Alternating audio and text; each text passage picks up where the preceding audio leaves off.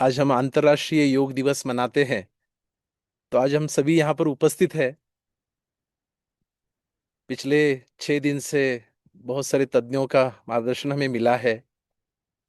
आनंद कुंज से फिर से कनेक्ट होने का मौका मिला है। ये 21 जून हम कहते हैं ना कि एक बहुत बड़ा दिन होता है। दिन बड़ा होता है, रात छोटी होती है। तो वैसे हमारा जीवन भी बड़ा हो जाए, उन्नत हो जाए, उसके लिए ही हम क्या करते हैं, ये योगा डे सेलिब्रेशन करते हैं। तो आज के विषय की तरफ बढ़ते हैं। कुंडलिनी योग, चक्रा हीलिंग।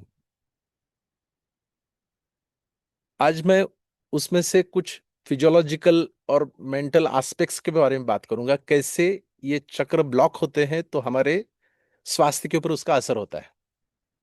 और फिर बाद में थोड़ा सा जो स्पिरिचुअल पार्ट है, उसके लिए मैं संजीव कुलकर्णी गुरु जी को इनवाइट करूंगा और उनको थोड़ा सा मार्गदर्शन करने का मौका भी, उनको भी मौका देंगे और हम उसका लाभ लेंगे। तो जब कुंडलिनी के योग की बात करते हैं तो बहुत बार हमने, आनंद कुंज में जब आप थे तब हमने पंच महाकोशों के बारे में बात की थी। तो उसमें प्राणमय शरीर के बारे में बात की थी।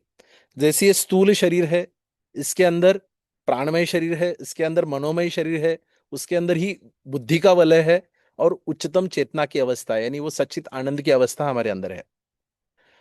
तो आप देखिए कि जो सप्त धातुओं से शरीर बना है, उसके बाद की जो दूसरी लेयर है वो है पंच प्राणों की लेयर। जैसे हमने समझा था कि जनरली हमारे शरीर के अंदर 5 प्राण होते हैं। पहला है मेन प्राणा, जो आपके सिर के भाग में होता है।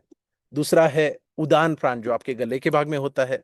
तीसरा है अपान प्राण, जो आपके छाती के भाग में होता है, सॉरी, पेट के भाग में होता है। सपान प्राण छाती के भाग में होता है। वयान प्राण पूर्ण त्वचा के अंदर होता है। अब इसका बहने का मीडियम क्या है? इसके लिए जो मीडियम है वो नाड़ियां होती है ना, जो सूक्ष्म है, जो दिखती नहीं है।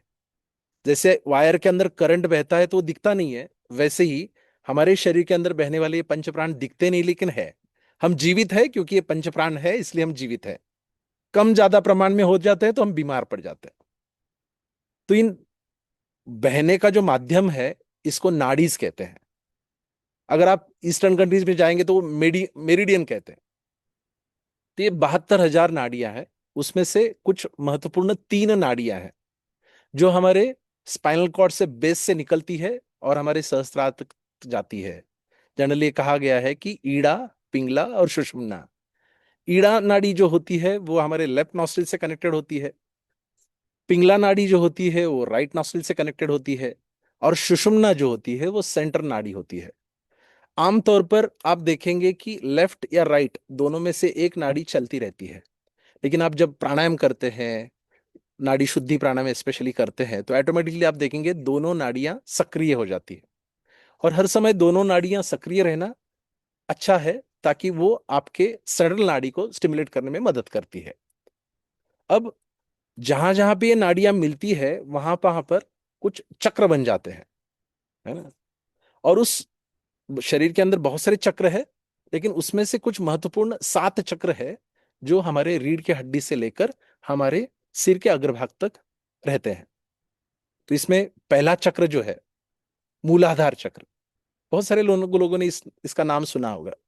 ये हमारे रीढ़ के निचले हिस्से में होता है। जेंट्स में जनरली जेनिटल ऑर्गन और गुदद्वार के बीच में, और लेडीज के अंदर सर्विक्स के टॉप मुंह पे होता है। ये जो मूलाधार है वो हमारी बुनियाद या सुरक्षा का प्रतीक है। अगर ये ब्लॉक हो जाते हैं तो हमारे भय पैदा होते हैं।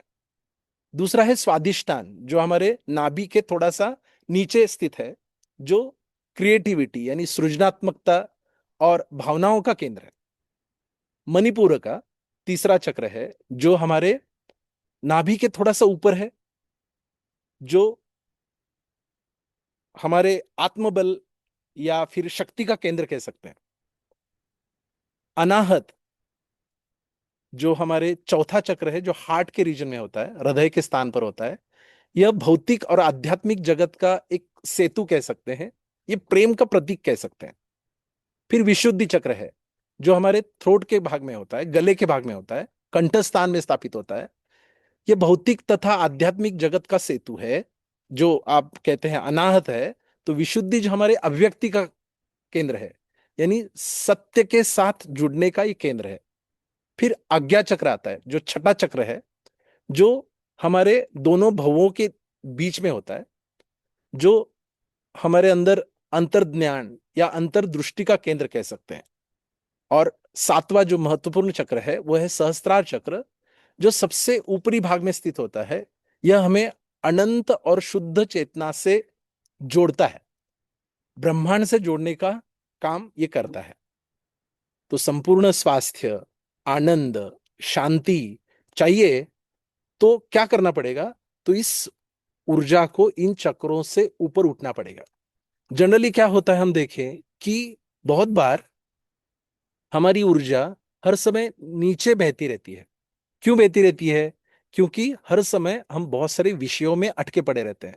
जब ये ऊर्जा ऊर्ध्वगामी होगी तो सही मात्रा में हम उन्नत होने लगते हैं। फिर से थोड़ा सा इसको और गहराई से समझते हैं। मूलाधार, मूलाधार जनरली जब ब्लॉक होता है तो हमारे अंदर एक भय का पैटर्न रहता है, हर समय डर लगा रहता है। आप देखेंगे कुछ लोग होते हैं हर समय भयभीत होते हैं, कुछ भूतकाल की चीजें लेकर भी भयभीत होते हैं, भविष्यकाल की चीजें लेकर भी भयभीत होते हैं। तो उससे क्या होता है कि हमारे शरीर के अंदर प्राण ऊर्जा के बहाव में अड़चन पैदा होती है। जब मूलाधार में एनर्जी ब्लॉक हो जाती है तो आप ऐसे लोगों को देखेंगे, कुछ शारीरिक लक्षण देखेंगे, जैसे लोअर बैक पेन रहना, पाइल्स की शिकायत, कॉन्स्टिपेशन की शिकायत, शरीर में हर समय भारीपन रहना, एक ड्राउजीनेस रहना, नींद नहीं आना।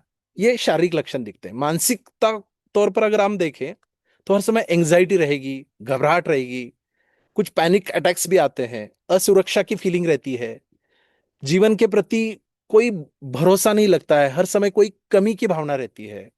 इवन ऐसे लोगों को हर समय आर्थिक असुरक्षा लगती रहती है, पैसों की कमी महसूस होती रहती है, पैसा आता है लेकिन चला जाता है, ऐसा हर समय भय लगा रहता है।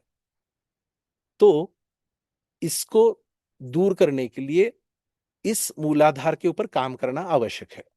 जब आप अलग अलग तरह के प्राणायाम करते हैं, कुंभक करते हैं, तो क्या होता है, ये मूलाधार भी एक्टिवेट होने लगता है।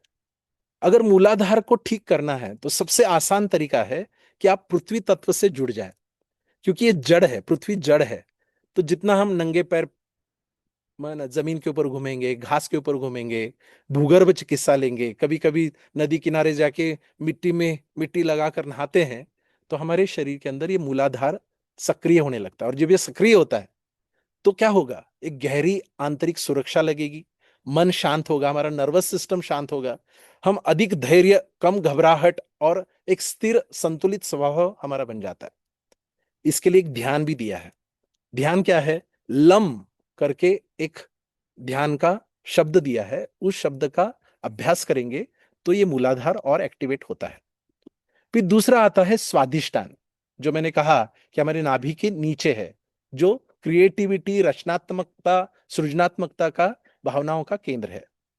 अब इसमें जब ये चीजें ब्लॉक होने लगती है, ऊर्जा ब्लॉक होती है, तो ऐसे हर समय अपराध बोध से लोग पीड़ित होते हैं, गिल्ट होता है। हर समय कुछ न कुछ ऐसे लगेगा कि वो अपराध बोध से, शर्म से, लोनलीपन, अकेलापन से पीड़ित है। इसका शारीरिक अगर लक्षण देखेंगे तो इसमें जब ये ऊर्जा ब्लॉक होती है तो स्पेशली महिलाओं में इरेगुलर मेंसेस, पीसीओडी, इनफर्टिलिटी, बार बार यूटीआई इन्फेक्शन होना, even back pain, irregular menses तो मैंने बताया, इरिटेबल बाउल सिंड्रोम, कोलाइटिस जैसी शिकायतें शुरू हो जाती है। तो स्वादिष्टान ब्लॉक होता है तो ये होता है। जैसे मूलाधार पृथ्वी से कनेक्टेड है, पृथ्वी तत्व से कनेक्टेड है, वैसे स्वादिष्टान जो है वो जल तत्व से कनेक्टेड है। जल क्या है? गतिशील होता है।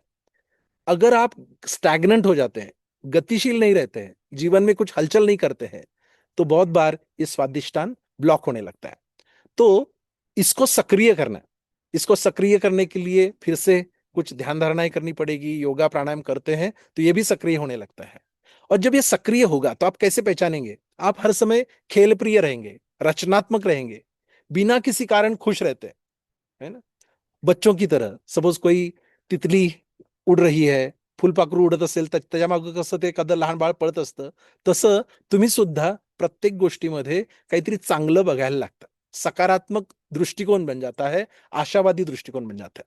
तो इसीलिए इसको अगर सक्रिय करना है, तो पानी खूब सारा पीना है, आप स्विमिंग कर सकते हैं, पानी में पैर डालकर बैठ सकते हैं, किसी झरने के नीचे बैठ सकते हैं, ताकि आपका स्वादिष्टान एक्टिवेट हो जाए, है ना? आप देखो कि इसमें और एक चीज है, जैसे मूलाधार लाल रंग से कनेक्टेड है। आप लाल रंग के कपड़े पहने तो, है ना, मूलाधार एक्टिवेट होता है। वैसे नारंगी यानी ऑरेंज रंग जो है वो आपके स्वादिष्टान से जुड़ा है। इसका जो ध्यान का जो मंत्र है वो है वम। फिर तीसरा चक्र की बात करते हैं, मणिपूरक। अब ये मणिपूरक क्या है, कहाँ है? आपके नाभि के थोड़ा सा ऊपर, यहां पर, है ना, 2 इंच ऊपर। यह जो है वो शक्ति और आत्मबल का केंद्र है। ये सूर्य तत्व से जुड़ा है। शक्ति, पाचन, आत्मविश्वास, है ना, ये सारी चीजें इसके साथ जुड़ी हुई है। अगर ये ब्लॉक हो जाता है तो बहुत सारे शारीरिक लक्षण हमें दिखाई देते हैं। जैसे कोई पाचन संबंधित बीमारियां हैं, डायबिटीज है, पैंक्रेटाइटिस है, आमा अग्नाशय की समस्याएं शुरू हो जाती है, लिवर गॉल ब्लैडर की समस्या शुरू हो जाती है, उसकी बीमारियां आ जाती है, हमारी प्रतिकार शक्ति कमजोर होती है, एटोइम्यून बीमारियां शुरू हो जाती है। तो क्यों होती है? क्योंकि ये मणिपुर का ब्लॉक हो जाता है। मानसिक तौर पर कहें, ये जो है वो हमारे एंगर के साथ कनेक्टेड है। एंगर, क्रोध, चिड़चिड़ापन, हर समय कोई ना कोई विक्टिम कार्ड खेलना, या कोई अस्वीकृति का डर होता है, इनसिक्योरिटी फीलिंग होती है ना। तुलना करने की आदत ऐसे लोगों को ज्यादा होती है, हर समय तुलना करते रहेंगे और अपने आप को इंफीरियर समझेंगे। तो इसके और उसकी वजह से वो हर समय क्रोधित रहते हैं, है ना। तो क्रोध करना क्या है? अगर बार बार क्रोध आ रहा है, एंगर हो रहा है, तो समझ जाओ कि आपका मणिपुर का ब्लॉक है। तो इसको सक्रिय करना है। उसको सक्रिय करने के लिए ध्यान मंत्र दिया है रम, रम, रम, है ना। और इसको सक्रिय, अगर ये सक्रिय होगा तो आप क्या हो जाते हैं? शारीरिक लक्षण तो दूर हो जाते हैं, आप शांत, आपका आत्मविश्वास बढ़ने लगता है, आपका आत्मसम्मान बढ़ने लगता है, आप शांत अधिकार में जीना चाहते हैं, आप सम्मानित महसूस करते हैं। तो ये मणिपुर का है। तो जैसे हमने देखा कि मूलाधार में हमने लाल रंग देखा, है ना?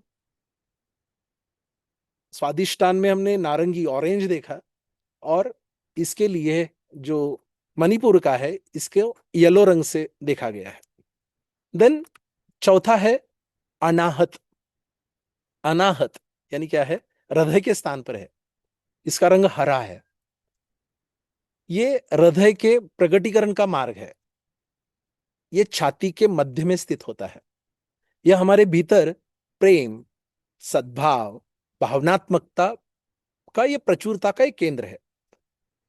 ये जब ब्लॉक होता है तो हम देखते हैं कि हमारे हार्ट की समस्याएं शुरू हो जाती है, फेफड़ों की समस्याएं शुरू हो जाती है, दमा, अस्थमा, इस तरह की, बीपी हाई होना, बीपी लो होना, ये क्या है? हमारे अनाहत ब्लॉक होने का कारण है। ब्लड सर्कुलेशन में दिक्कतें आती है। इवन आप हर समय अपर बैक में आपको पेन रहेगा, सर्वाइकल में पेन रहेगा, कंधों में दर्द रहेगा। ये सब क्या इंडिकेट करता है? कि आपका अनाहत चक्र ब्लॉक हुआ है। जब भावनिक तौर पर अगर हम देखें तो हर समय शोक करते रहना, दुख करते रहना, ग्रीफ की भावना रहना, अकेलापन रहना, दूसरों के साथ घुलने में डर लगता है, नकारात्मकता, ईर्ष्या करना, द्वेष की भावना रहना, ये सब क्या है? हमारे अनाहत चक्र ब्लॉक होने का इंडिकेशन है ना। और उसको स्वस्थ करने के लिए क्या करेंगे? यम, यम नाम का ये ध्यान मंत्र है, उसको कहेंगे, है ना। आप जब अ, जैसे सेक्शनल प्राणायाम करते हैं, तो इसमें मध्यमा विभागीय प्राणायाम करते हैं, तो उससे भी क्या होता है? अनाहत चक्र एक्टिवेट होता है। और जब ये स्वस्थ होता है, इसमें एनर्जी बहुत सारी खिलती है, तो आप देखेंगे आपके अंदर करुणा, दया, प्रेम, कृतज्ञता, इवन आंतरिक शांति झलकती है। ऐसे लोग बहुत ही शांत स्वभाव के होते हैं। फिर पांचवा चक्र आता है विशुद्धि चक्र, जो हमारे थ्रोट के रीजन में है। हाँ, जो चाहिए वो सब मिलने लगता है जब ये बहुत ज्यादा एक्टिवेट रहता है। जो आप चाहते हैं वो सब आपके साथ होने लगता है ना? इसका नीला रंग के साथ, इसका इसको कहते हैं ना नीलकंठ, है ना? भगवान शिव जी का नीलकंठ था, क्योंकि वो हर समय विशुद्धि में थे, है ना? नीला, नीला आकाशी कलर होता है उसका। हाँ, इफ इट इज एक्टिव, वो गले के मतलब एक्टिव होता है तो बहुत ज्यादा आप जो बोलते हैं वो सच होने लगता है। आप देखेंगे कि कुछ शारीरिक लक्षण है इसके, है ना? विशुद्धि चक्र ब्लॉक होता है तो कुछ क्या शारीरिक लक्षण दिखते हैं? जैसे आप, थायराइड इश्यूज शुरू हो जाते हैं, नेक रिलेटेड प्रॉब्लम्स होने लगती है, नेक पेन होने लगता है, टॉन्सिलाइटिस रिलेटेड डिसीजेस होती है उससे। आप देखो कि उसकी वजह से इम्यूनिटी आपकी कम होने लगती है।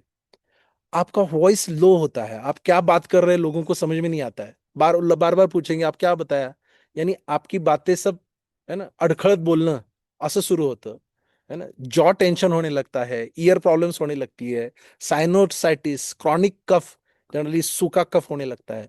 तो ये सब क्या है? विशुद्धि चक्र ब्लॉक होने का कारण है। फिर मानसिक लक्षण क्या है?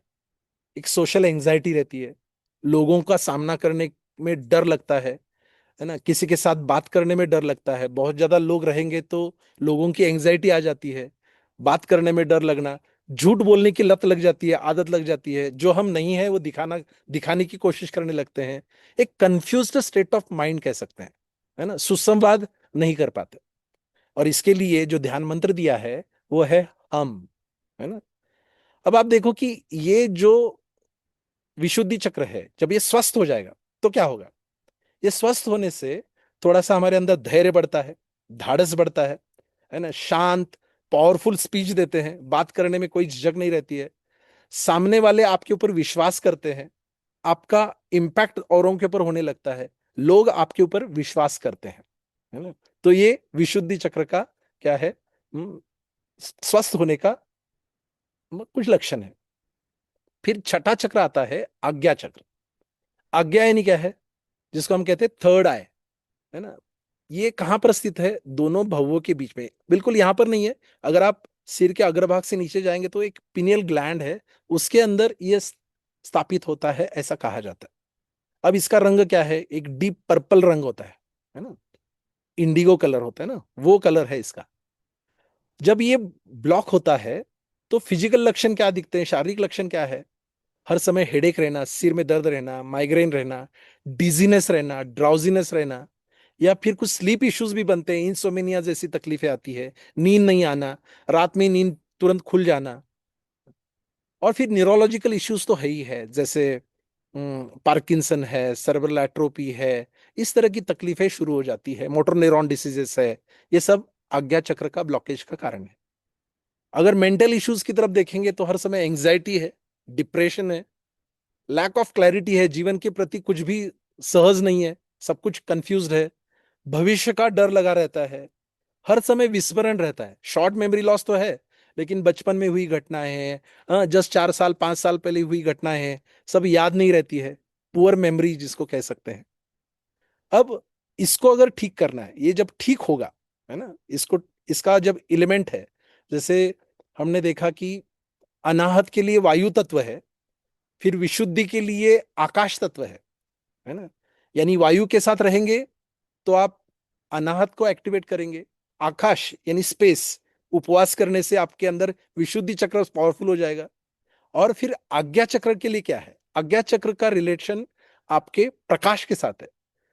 ये लोग प्रकाश के साथ, जितना प्रकाश के साथ, यानी सूरज की उगते हुए सूरज का आप दर्शन करें, गायत्री मंत्र का उच्चार करें, तो आपका आज्ञा चक्र और एक्टिवेट होगा। आप त्राटक कर सकते हैं, मोमबत्ती जलाकर आप त्राटक करें, ओम का अभ्यास करें, है ना? ओम ये मंत्र है, उसके लिए इसका ध्यान करें। तो इससे क्या होगा?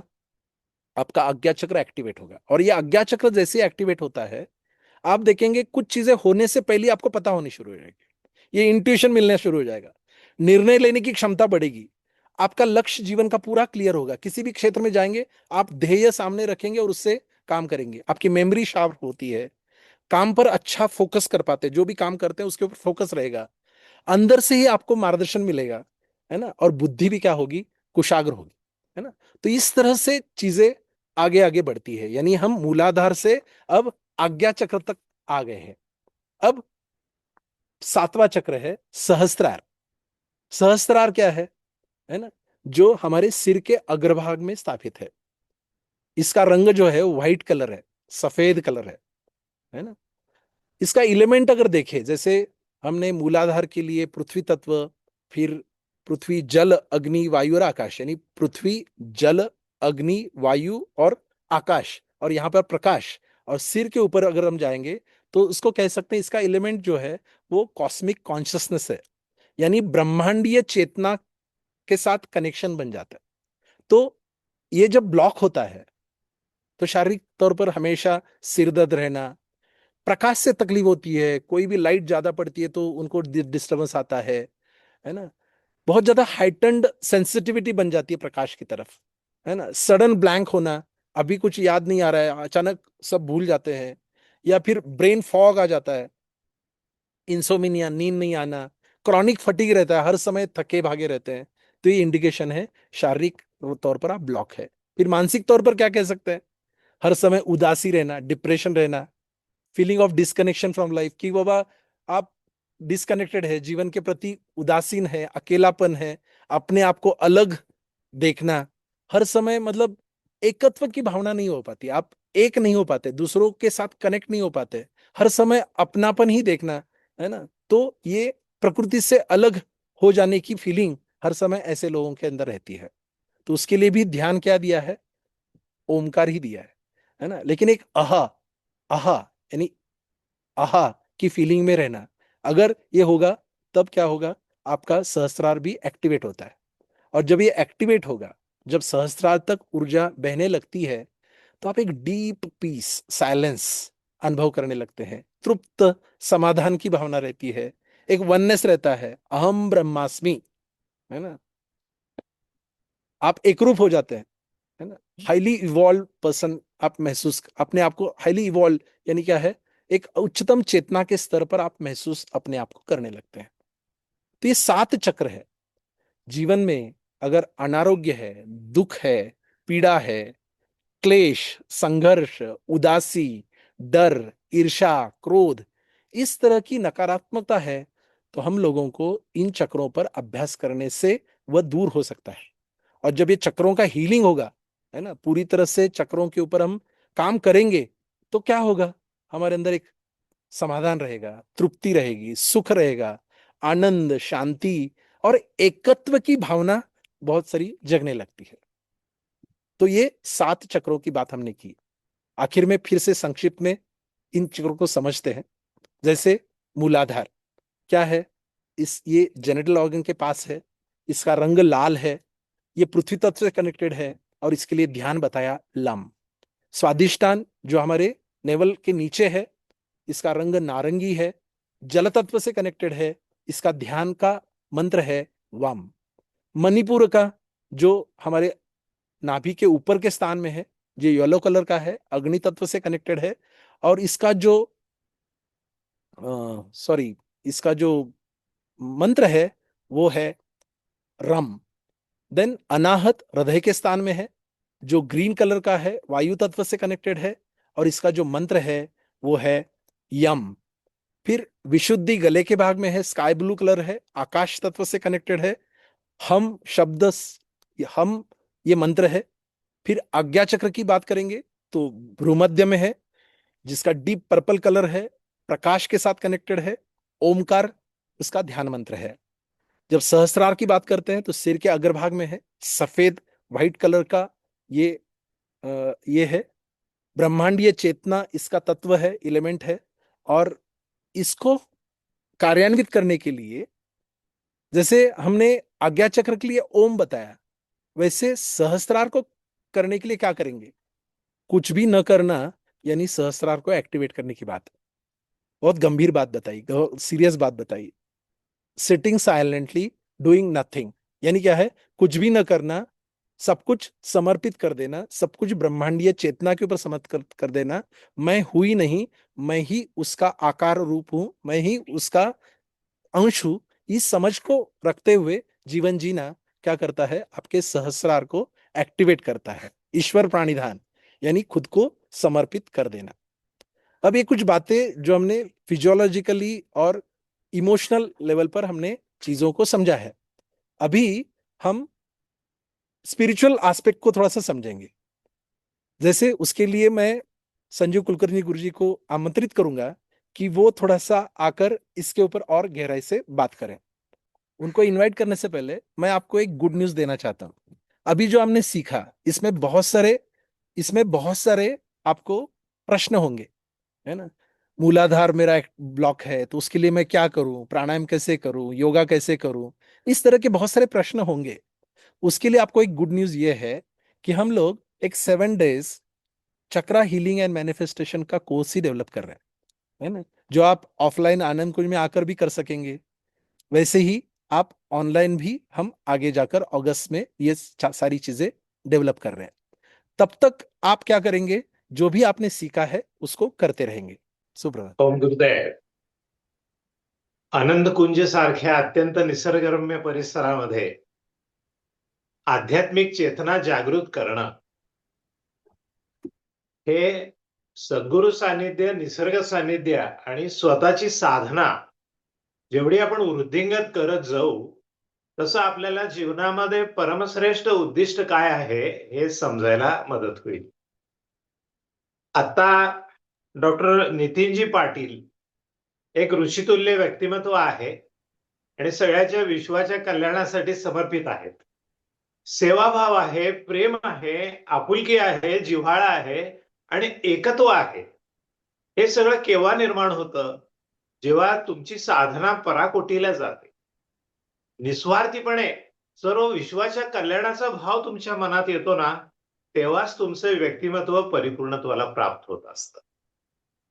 आजचा जो विषय महत्वाचा असा आहे की एकतर सप्तचक्र भेदन हा एक भाग त्यातला आता सविस्तरपणे त्यांनी सांगितला आणि कुंडलिनी जागृती याबद्दलही अनेक गोष्टी प्रचलित बोलण्यामध्ये असतात. पण खरं पाहता हे त्या सगळ्याच्या पलीकडचं आहे आणि वैयक्तिक स्तरावर प्रगती साधवी लागते. आणि जीवनामध्ये परमश्रेष्ठ उद्दिष्ट काय आहे ना, आपलं सच्चिद आनंद स्वरूपाची अनुभूती येणं हा त्यातला महत्वाचा भाग आहे. आपल्याला शरीर, मन आणि बुद्धी प्राप्त झालेली आहे आणि हे सर्व उपकरणं कशावर आधारित आहेत? चैतन्यावर आधारित आहेत. आपण एखादं उपकरण घेतलं, ते स्वच्छ, शुद्ध आणि निर्मळ असेल तर त्याचा विनियोग श्रेष्ठ दर्जानं होऊ शकतो.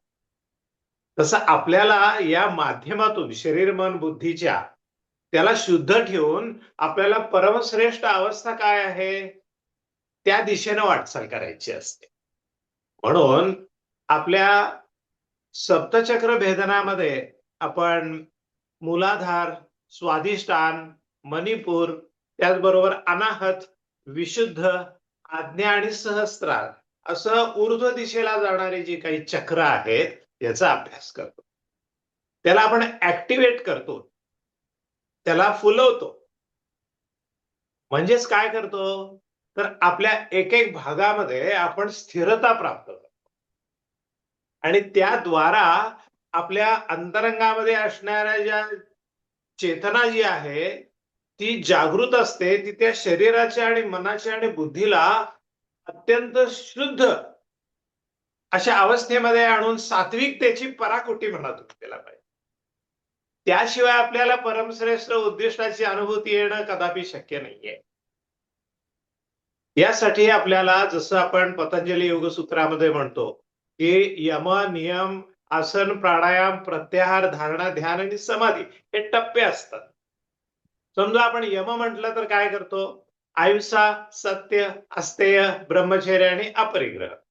हे जे आहे अहिंसा, परमोधर्म, जगा आणि जगू द्या, तुमच्याशी इतरांनी वागावं तसं तुमच्याशी इतरांशी वागलं पाहिजे, असं करत करत आपल्यामध्ये प्रेमभाव, आदरभाव, श्रद्धा, विश्वास, आपुलकी हे सगळ्या गोष्टी इतक्या छान निर्माण होतात की विश्वाशी तुम्ही एकरूप होऊन जा. ते अशी एक एक तत्व जी आहेत ना ती तुमच्या जीवनामध्ये जेव्हा उतरतात तुम्ही निरपेक्षपणे प्रत्येकामध्ये स्वतःला पाहायला लागता. आणि मग ते आणि तुमचं हृदय एक होऊन जात. हृदयाशी हृदय मिळालं म्हणतात म्हणजे काय, तुम्ही वेगळा नाहीये. झाडं, पानं, फुलं, सूर्य, चंद्र, तारे, कुणी व्यक्तिमात्र, मनुष्य मात्र, कोणी येऊ दे, तो मी वेगळा नाहीये. हे सगळं विश्व आणि मी वेगळं नाहीये, अशी एक ऊर्जा आतमध्ये जेव्हा तुम्ही शुद्ध स्थितीमध्ये ठेवता आपली उपकरणं, तो त्याचा पाया असतो. म्हणून वेगवेगळ्या प्रकारे त्याला कंपन निर्माण करून, पहिला म्हणजे तुमचं आचरण शुद्ध पाहिजे. अत्यंत प्रामाणिकपणे तुम्ही या जगामध्ये आलाय ना, मनुष्य जन्म मिळालाय, भाग्यवान आहात तुम्ही. मग त्यासाठी एक एक चक्र आपण जेव्हा ऍक्टिव्हेट करत जातो, त्याला खुलवत जातो. म्हणजेच काय, समजा मूलाधार चक्र आहे. मी उदाहरण सगळं डिटेलमध्ये आता आपल्याला डॉक्टर नितीननी सांगितलंय, त्या सगळ्यात मी जाणार नाही आता. पण समजा मूलाधार चक्र आहे.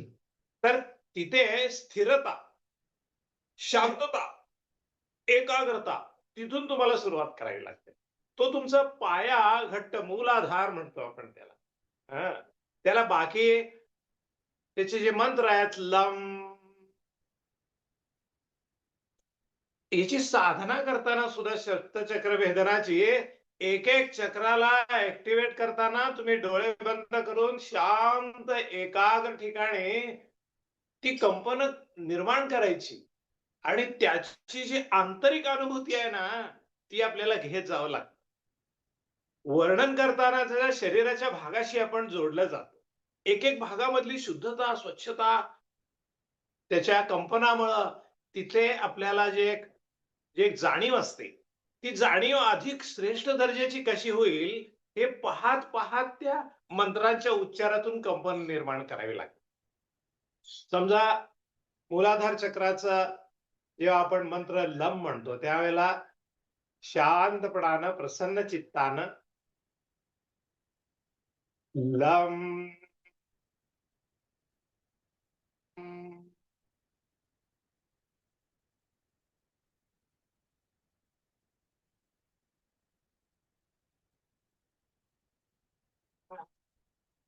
यामुळं आपोआप काय होतं, ते असं लम अनेक वेळा म्हणत राहायचं.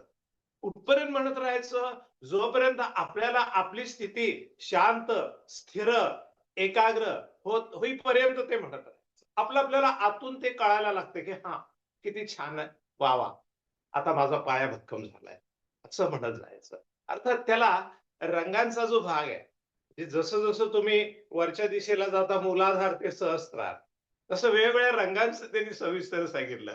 तर लक्षात ठेवताना ता, ना, पी, ही, नी, पारवा, म्हणा, अशा पद्धतीने वर जाता जाता आपण त्याच्या एक एक एक एक चक्राकडे पाहत जायचं.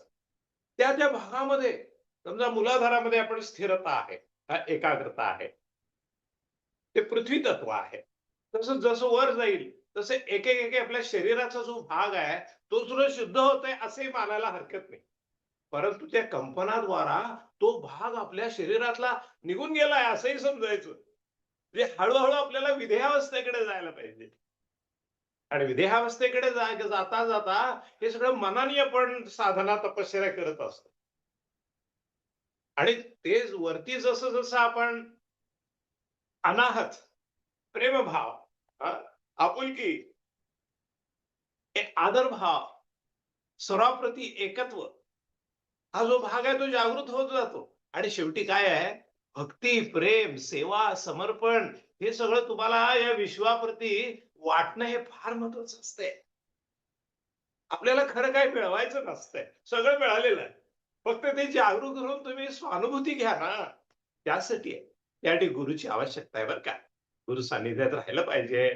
सर्व शुद्धता, स्वच्छता, पावित्र्य, मांगल्य, हे सगळं तुम्ही स्वतःमध्ये निर्माण, जसं मंदिरामध्ये आपण गाभाऱ्यात जातो ना, ते गाभाऱ्यामध्ये गेल्यानंतर कसं असतं, एक प्रसन्नता, शांतता, पावित्र्य, शुद्धता, मग आपण पूजा, जप, चिंतन असं करून स्वतःला त्या ईश्वराशी एकरूप करून टाकतो. तसं आपण आपल्या गाभाऱ्यामध्ये अंतरंगाच्या ते ती मूर्ती, ते ईश्वर, ते परमतत्व, सच्चिदानंद, त्याचं जे अधिष्ठान आहे ते आहेच. जे प्राप्त आहे त्याचीच प्राप्ती आपल्याला करायची असते. पण ती शुद्धता असल्याशिवाय कशी होईल, नाही का? आरशावर जर धुळा असेल तर तो स्वच्छ करावा लागतो. सूर्याच्या आडवा एखादा ढग येतो, त्यावेळेला आपल्याला काय होतं, सूर्य नाही दिसला तरी तो ढग बाजूला गेल्यानंतर आपल्याला स्वच्छ दिसतं. तशी आपली तेजस्विता, आपली ऊर्जा ही आपली आपणच अनुभवतो केव्हा? आपल्यातल्या नकारात्मक जे गोष्टी निघून जातात. त्यावेळेला आपल्यामध्ये स्वतःचं स्वरूप जे आहे ना, निर्मळ, स्वच्छ, शुद्ध असं जे आहे, ते काय आहे? ते सच्चित आनंद आहे.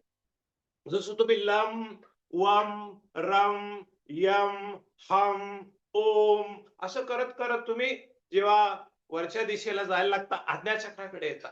आज्ञा सुरुवात इथे विशुद्ध चक्रातून यामध्ये तुमची वाणी शुद्ध होते. तुमचा श्वास इत्यादी या सगळ्या गोष्टी या वाणीद्वारा व्यक्त होतात. ती सुद्धा गोडवा असतो. तुम्ही विश्वाशी बोलताना सुद्धा इतका आदरानं बोलता, की बस एकमेकाला नतमस्तक व्हावं, एकमेकांच्या हृदयाशी धरावं, असं आपोआप त्या अनाहत नंतर या विशुद्धकडे आलं ना, सगळं शुद्ध दिसायला लागतंय. ते आचरणात आलं पाहिजे. आपण नुसतं वर्णनात्मक जे अभ्यास करतो ना, तो करूया. पण त्याची अनुभूती घ्यायला काय करायला पाहिजे? गुरु सानिध्यात सगळं एकत्रित त्यांच्याप्रमाणे शंका विचारून, निश्चित करून, मग स्वतःची स्वतः साधना. जा ना तुम्ही डोंगराचा, बसा एकटे निवांत आणि त्या ह्याच्यामध्ये तुम्ही स्वतःला विसरा. स्वतःला विसरायला पाहिजे, अहंकार सोडला पाहिजे, मन संपलं पाहिजे. अमन स्थितीला प्राप्त झालं पाहिजे. आणि हे आपल्याला ऋषी, मुनी, संत, साधू, संन्यासी, विद्वान यांनी हे जे मार्ग घालून दिलाय, तर आपण त्या मार्गाने जाऊया ना. प्रयोग करायला पाहिजे आपण स्वतःच्या आयुष्यामध्ये सांगितल्याप्रमाणे. आणि हे सगळं जग विसरा आणि स्वतःची जी एक ऊर्जा आहे ना, ती शुद्ध चैतन्य, ते आपण अनुभवलं पाहिजे स्वतःच स्वतःमध्ये. आपलं आत्मतेज आहे, ते काय आहे हे पाहायला पाहिजे. म्हणून आपण जेव्हा नंतर जेव्हा उच्चार करत राहतो,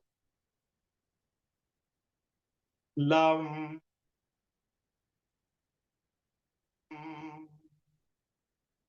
अनेक वेळा वम,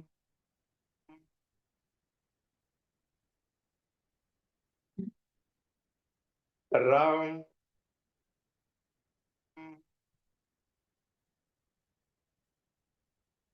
यम,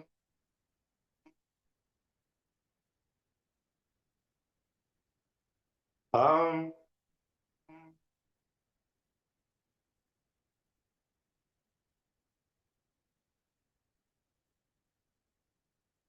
ओ,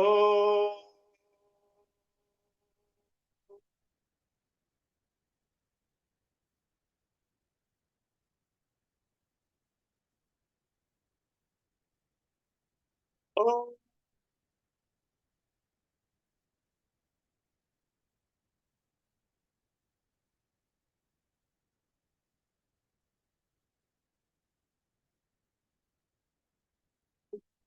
स्वतःमध्ये तुम्ही एवढे रंगून जाता, बस स्वतःची चेतना, ऊर्जा शुद्ध स्वरूपातून, सच्चिदानंदा स्वरूपातून तुम्ही अनुभवायला सुरुवात करता. गुरु मध्यानंतर सहस्त्रार चक्र त्या ठिकाणी चेंडीची जागा असते, असं गृहीत धरा. तर त्या मेंदूच्या वरच्या भागामध्ये या जेव्हा कंपन जी ओमची असतात ती ऊर्ध्वगामी जायला लागतात. आणि जेव्हा मकार संपतो, त्या ठिकाणी एक शांत प्रगाढ तुर्य आणि उन्मनी अवस्था प्राप्त झालेली असते. हा अनुभवाचा भाग आहे. हे वर्णन नाही करता येत. हे अवर्णनीय आहे, अदाकलनीय आहे, अतुलनीय आहे. आणि ते आत्मतत्व आहे, ते आपणच ते पाहायचं आहे आणि विश्वमय होऊन जायचं आहे. त्या आकाशामध्ये आपण आल्यानंतर आकाशाची नाही अशा अवस्थेमध्ये, निर्वात पोकळी की जिथं काहीच नाही, बस सच्चिदानंदाशिवाय दुसरं काही असूच शकत नाही. ते आपलं जे शुद्ध स्वरूप आहे ना, तिथे आपल्याला पोचायला म्हणजे ते आहेच. फक्त तुम्ही तुमची साधना, तपश्चर्या आहे ना, एकदम शुद्ध स्वरूपातून करायला. तुम्ही जेवढा वेळ स्वतःला द्याल ना, तो जीवनातला तुमचा अत्यंत महत्वाचा भाग आहे. आपण बाह्य जगतामध्ये सगळ्या गोष्टी करतो, करा. परंतु ही जागृती करा आणि मग जगात जा ना. जगात राहिलात तरी जगात आहे, पण पद्मपत्र मी वाहून बसा. कमळ जसं पाण्यामध्ये चिखलामध्ये उगवतं, पण ते अलिप्त. जगात राहायचं, तिथल्या भावभावनांशी खेळ चाललेला असतो. सत्वरज तम आणि इत्यादी सगळं असतं. पण तिथं तुमचे अलिप्तता जी आहे ना, वैयक्तिक स्वरूपातलं जे परमश्रेष्ठ अनुभूती, त्याला कायम करायचं, ती समाधीची अवस्था आहे. आणि ही याच पद्धतीनं सहस्त्रार चक्राच्याही वर आल्यानंतर संपूर्ण विश्वाच्याही पलीकडं तर काहीच नाही, परंतु तू आहेस आणि ते तू चैतन्य आत्मतत्व आहेस. त्यामध्ये तुम्ही रंगून जाणं, त्या स्थितीमध्ये स्थिर असणं, ही आपल्या जीवनाची खरी उद्दिष्टाची स्थिती आहे. आणि या उद्दिष्टाला पोचणं हे अत्यंत महत्वाचं आहे. आणि असं आहे, आपण जेव्हा कुंडलिनी जागृती इत्यादी करतो ना, त्यावेळी या सगळ्या शरीरामधल्या आणि मनामधल्या या सगळ्या भावभावना आहेत, त्या शुद्ध करूनच आपल्याला या परमतत्वाकडे जाताना वेगवेगळ्या प्रकारे यमनियमांचा अभ्यास, त्याचबरोबर आसन, प्राणायाम, इंद्रियावर, मनावर ताबा आणि आपलं उद्दिष्ट जे आपली धारणा जी आहे ना, परमतत्वाला प्राप्त करणे, ती बाह्य जगतामधल्या उद्योगामध्ये प्रगती करणे, कुटुंबामधल्या व्यवस्था पाहणे, या सगळ्या गोष्टी बाह्य जगतामध्ये त्या आपण आपलं कर्तव्य म्हणून करत राहतो. सोडायचं काहीच नाहीये. कारण सोडण्यापेक्षा आहे त्या ठिकाणी तुम्ही स्थिर राहता का, ही साधना खूप महत्वाची आहे. त्यासाठी आपण स्वतःला आत्मतत्वाचा शोध घेऊया आणि मग जगात जाऊया. मग आपल्याला जगात गेलं तरी देखील आपल्याला वेगळेपणा उरत नाही. आपण तेच होऊन जातो. ते परमतत्व आहे ना, ते सगळीकडे दिसायला लागतं. समाधिक अधिक धी, सर्वत्र समबुद्धीनं म्हणजेच आपल्या शुद्ध बुद्धीतनं आपण स्वतःला विश्वाला पाहायला लागतो. तुम्ही विश्वमयच होऊन जाता. हे विश्वमय होणं आणि विश्वाच्या पलीकडे फक्त आत्मस्वरूपामध्ये स्थिर राहणं, अहम ब्रह्मास्मी हा जो भाग आहे, तो आपल्याला साधारणपणे आज्ञा आणि सहस्त्रार चक्राच्या इथपर्यंत येईल. पण अहम ब्रह्मास्मी सुद्धा सोहम तेही अस्तवले, विश्व ब्रह्ममय झाले. अशी ब्रह्मस्वरूपाची विशाल अनंत या अवस्थेला आपण प्राप्त होणं ना, हे जे आहे ते अनुभवाचा भाग आहे. काय वर्णन करू तुम्हाला? असं काय म्हणणार? मी समाधी अवस्था गाठली का कुंडलिनी जागृती झाली? काय नाही बोलायचं, काय नाही. न बोलता स्वतःच स्वतः बघत राहा. ही स्वतःची अवस्था काय. मला वाटतंय नितीनजी, येस. आपल्या सर्वांच्या सान्निध्यामध्ये, हा, सद्गुरूंच्या सान्निध्यामध्ये आपण जे अनुभव घेतो ना, तो जीवनातला परमश्रेष्ठ जो भाग आहे ना, तो कायम टिकूया. टिकूया. सगळे एकत्र येऊया. आता आपण जे कार्य करताय ना, तुमचे चिरंजीव, सुनबाई आणि तुम्ही, आपल्याला परंपरा आहे. तर या परंपरेची शक्ती आपल्याकडे आहे आणि ती आपण पणाला लावूया. स्वतःमध्ये रंगून जाऊया आणि मग आपोआप तुमची जी स्थिती आहे ना, ती इतरांच्या मध्ये तुमच्या वागण्यातून, बोलण्यातून, कार्यातून तुम्ही जेव्हा शुद्धपणानं सगळ्यांच्या कल्याणाचं कार्य करता विश्वाच्या कल्याणाचं, तेव्हा आपोआप विश्व तुम्ही होऊन जाता. हे विश्वमय होणं आहे ना, ही अत्यंत श्रेष्ठ अवस्था बाह्य जगतामध्ये होते आणि अंतर्जगतामध्ये फक्त तुम्ही सच्चिदानंदामध्ये रंगून गेलेले असता, आत्मस्वरूपी स्थिरावलेले असता. ही खरं त्याला सप्तचक्र भेदन म्हणा, कुंडलिनी जागृती म्हणा, पण त्याचं एक लक्षात घ्यायचं लक्षण, की तुम्ही कायम उत्साही असता, कायम आनंदी असता आणि कायम शांत असता. हे परवाच्या याच्यात मी बोललोय. तर हे तुम्ही अनुभवा ना. मी उठल्यापासून झोपेपर्यंत कायम अंतरंगातून शांत आहे का, प्रसन्न आहे का, शुद्ध आहे का, हा, आनंदी आहे का, उत्साही आहे का. उठल्यापासून झोपेपर्यंत एकाच श्रेष्ठ दर्जाचा उत्साह पाहिजे तुमचा. किती कष्ट पडू देत तुम्हाला, थकणे, दमणे, हायली इम्पॉसिबल.